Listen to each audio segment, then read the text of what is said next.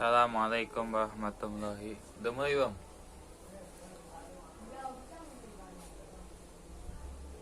Assalamualaikum warahmatullahi wabarakatuh. Oke, baik lagi kepada saya Tamam Ramdhani Anwar. Kali ini saya akan membahas tentang tema tafsir Muhammad Abduh. Sebelum itu, seperti biasa kita ke biografinya Muhammad Abduh. Muhammad Abduh lahir pada tahun 1849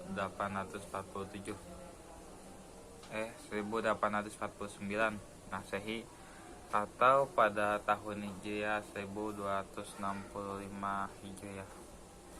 Nah, Muhammad Abduh ini ia belajar membaca, menulis itu di rumahnya dengan seorang guru. Pada tahun 186 atau 129 Masehi 129 Hijriah, ia dikirim ke tempat belajar untuk belajar bahasa Arab lah, kalau bisa sekarang ya.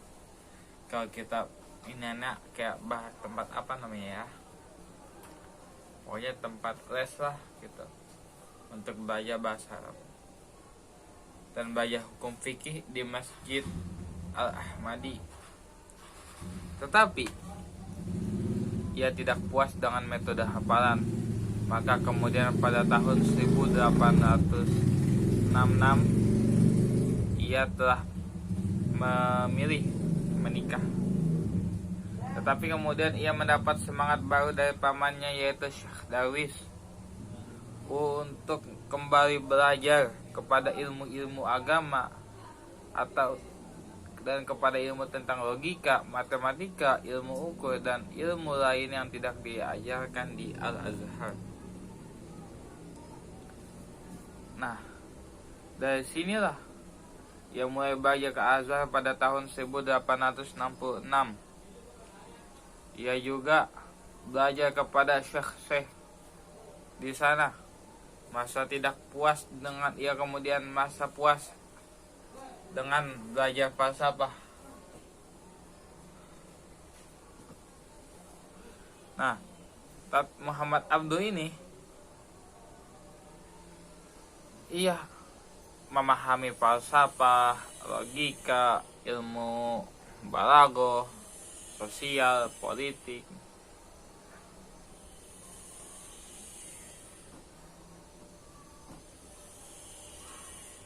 Nah, lanjut kita balik kepada pemikiran tafsir Muhammad Abduh. Udah berapa menit nih? Aduh, baru 3 menit ya. Aduh, masih lama banget. Aduh. Oke, kita tutup lagi ya. Aduh, pusing balaku. Aduh, pusing. Nah, tafsir Muhammad Abduh. Ketika kita membahas tentang tafsir Muhammad Abduh berpendapat bahwa dasar hukum adalah keadilan dan tujuan hukum adalah menegakkan keadilan. Kalau hukum ada yang berlawanan dengan keadilan, maka dicari penyelesaiannya dengan jalan damai. Sekiranya tidak bisa, maka diambil keputusan atas dasar keadilan. Sesungguhnya keputusan itu bertentangan dengan rumusan hukum yang ada.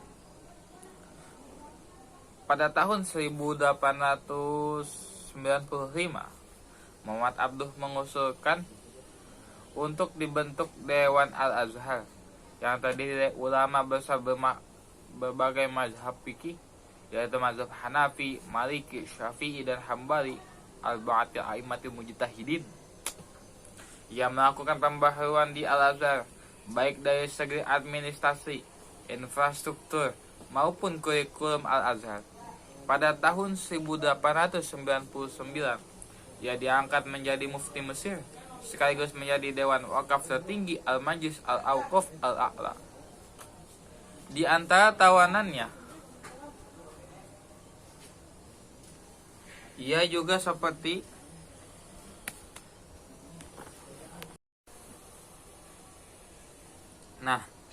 di antara fatwanya yang paling menghebohkan adalah saat itu ada halalnya binatang sembelihan dari ahli kitab dan orang Nasrani bagi umat Islam. Di tahun yang sama, ia juga diangkat menjadi Dewan Legislatif Mesir. Pada tahun 1900, ia menampilkan Jam'iyah Ihya Ulumul Arabiyah yang menyebarkan sejumlah kitab-kitab tentang pemikiran dalam Islam, juga mengumpulkan manuskrip atau kitab-kitab langka. Ingat, pada tahun 1900 tadi, beliau mengumpulkan suatu lembaga untuk menyatakan kitab-kitab dan mengumpulkan manuskrip Islam untuk menyebarkan Islam secara dengan luas, memberikan pembelajaran dengan baik. Begitu hebatnya pemikiran beliau ketika beliau masih ada di Al-Azhar. Nah, kondisi intelektual dan politik. Pada masa beliau dalam kondisi intelektual dan politik, Napoleon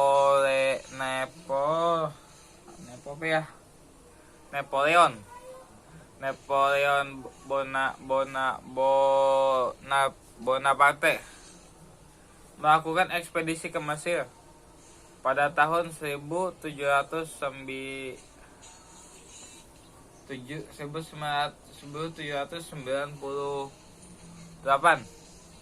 Ia membawa kebudayaan, ilmu pengetahuan, dan teknologi.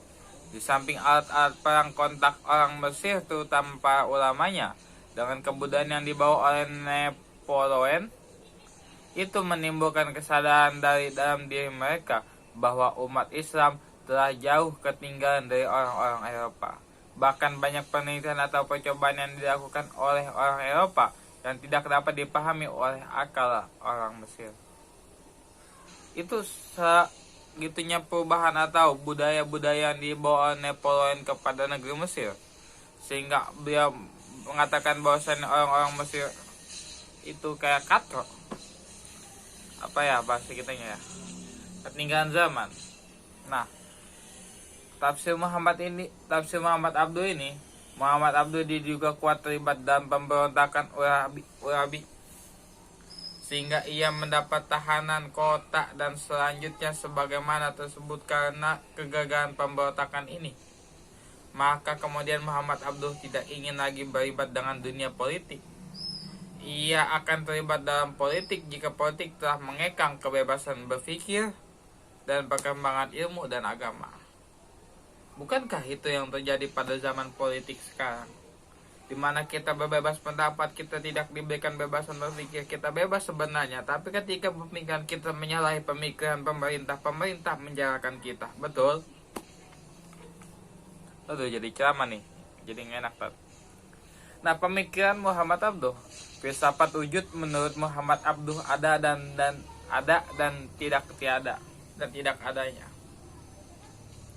Sesuatu diperlukan sebab, oleh karena itu wujud pada hakikatnya hanya terdiri dari dua. Wujud yang pada esensinya mesti ada, dan wujud yang tidak dengan sendirinya ada atau pun tidak ada. Ia tidak bisa ada tanpa sebab di luar dirinya. Oleh karena itu, maka sebab itulah mesti wujud yang pada esensinya mesti ada. Di sini pentingnya hubungan Tuhan dengan manusia. Maka hubungan Tuhan sebagai yang wajib ada dengan manusia, sebagai yang mungkin ada, memiliki empat kualitas hubungan, itu hubungan penciptaan, hubungan kehidupan, dan hubungan-hubungan yang lainnya. Udah berapa menit nih? Waduh, udah 4 menit, 11. Aduh, udah 9 menit nih. Waduh, udah ya, 9 menit lah. Tinggal tunggu 25 menit lagi nih. 25 detik lagi, 10 menit. Oke, cukup sekian, terima kasih. Kita lanjut ke pemateri, ke tema selanjutnya, yang ketiga. Tetap semangat.